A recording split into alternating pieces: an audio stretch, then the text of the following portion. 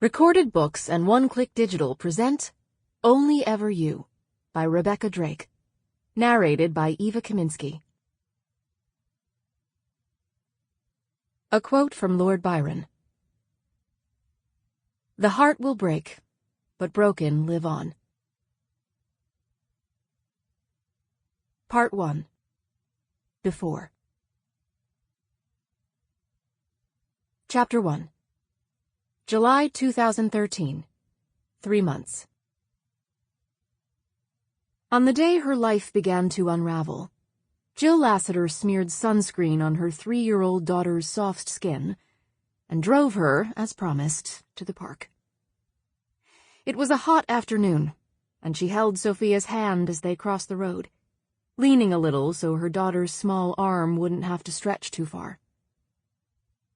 While they walked, Sophia chattered about the swings, about her plastic ring with the pink jewel, about a small terrier being walked.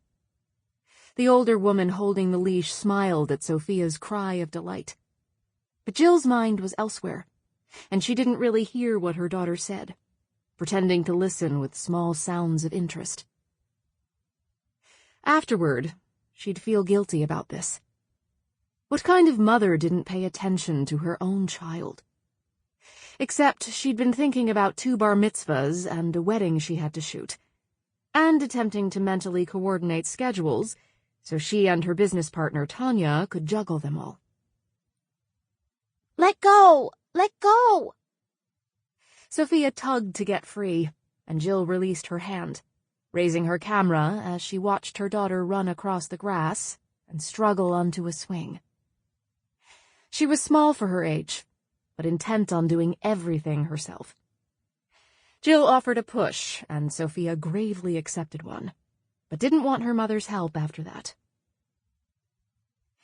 Jill stood to the side and snapped photos, watching her daughter's baby-fine blonde hair lifting as she swung forward and back. She had no premonition, no sense of imminent disaster. There were few people at the playground on such a hot day. Even in the shade it was warm. Sweat darkened the hair near Sophia's temples, beaded slightly on her upper lip. Her cheeks were pink, but she didn't look as if she were getting sunburned. Jill could feel the damp against her own neck, and lifted her dark hair for a moment to catch a breeze. She thought they would stay just a little longer. When Sophia ran toward the slide, she didn't think to stop her. It was a safe, modern playground, with padding under everything, so that a child would have to work to skin a knee or scrape an elbow. She started to follow, but the crying of another child distracted her. Jill saw a mother struggling to support a howling infant in one arm, while helping a little boy onto a swing with the other. The boy caught Jill's attention. She stared at him, caught by the familiar ache in her chest, because he had dark hair and looked about the right age.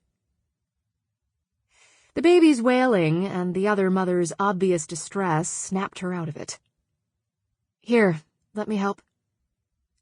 She walked back to them, quickly giving the little boy the boost he needed. "Oh, thank you," the mother said above the cries of the infant.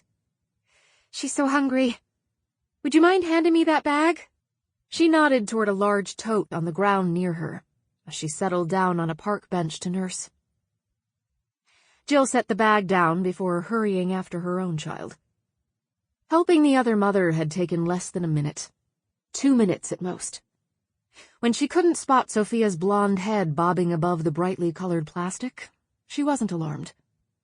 Not yet. She rushed toward the slide, using her free hand to shade her eyes. The slide wasn't like the old-fashioned ones, the single metal structures that burned the backs of your legs in the summer and had metal steps that were slippery when it rained. This was all plastic. A slide and a fort with tunnels and a climbing wall, and she thought Sophia was somewhere in that obstacle course.